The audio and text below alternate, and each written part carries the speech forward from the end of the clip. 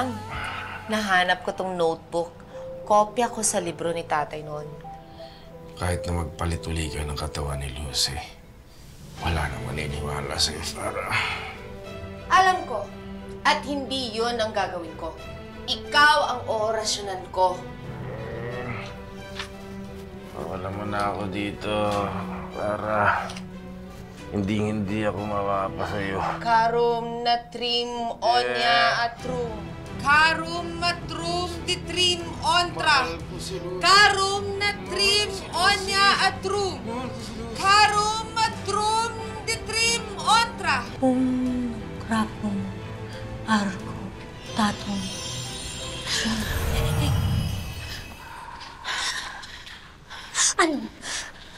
Ano, Lucy?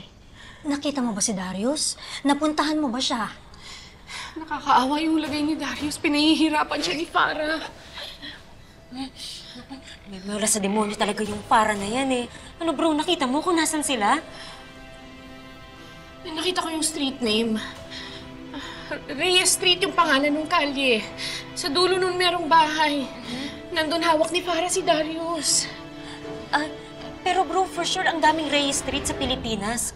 Ang tanong, saang Reyes Street nandoon si Darius? Babalik po ako doon, Apo Berta. Baka sakali... Hindi!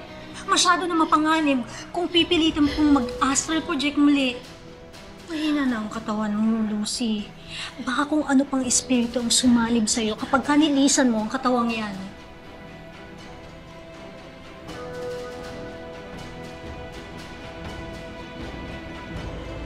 Reyes Street, nasa Reyes Street po siya.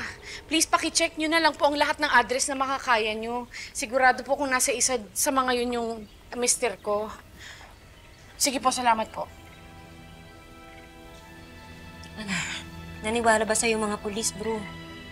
Gagawin daw nila yung makakaya nila, pero nahihirapan daw sila. Sa hirap ng gusto ko ipagawa sa kanila, sa dami ba naman ng Reyes Street? Bro, mukhang kailangan na natin gumawa ng paraan para mahanap si Darius. Tutulungan kita, huwag kang mag-alala. Salamat, bro. Alis na ako. Sige. Ma'am Lucy, saglit. Nagbilin po kasi si Mama So na samahan kayo. Nabalitaan po kasi niya kay Aling Biring na hinahanap niyo raw po si Sir.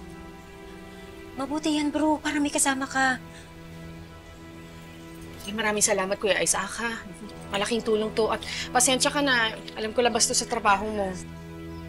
Wala nga naman po. Saan po ba tayo? As of now, meron ako nakikitang 5 Reyes Street within 50 kilometers from here. Bro, maghiwalay kaya tayo para marami tayong mapuntahan. Sige. Basta ang palatandaan ko, nasa labas ng bahay na yun, yung sasakyan ni Darius. Kapag nakita niyo yun, nasa tamang lugar na kayo. Sige bro, ingat ka. Ingat ka rin.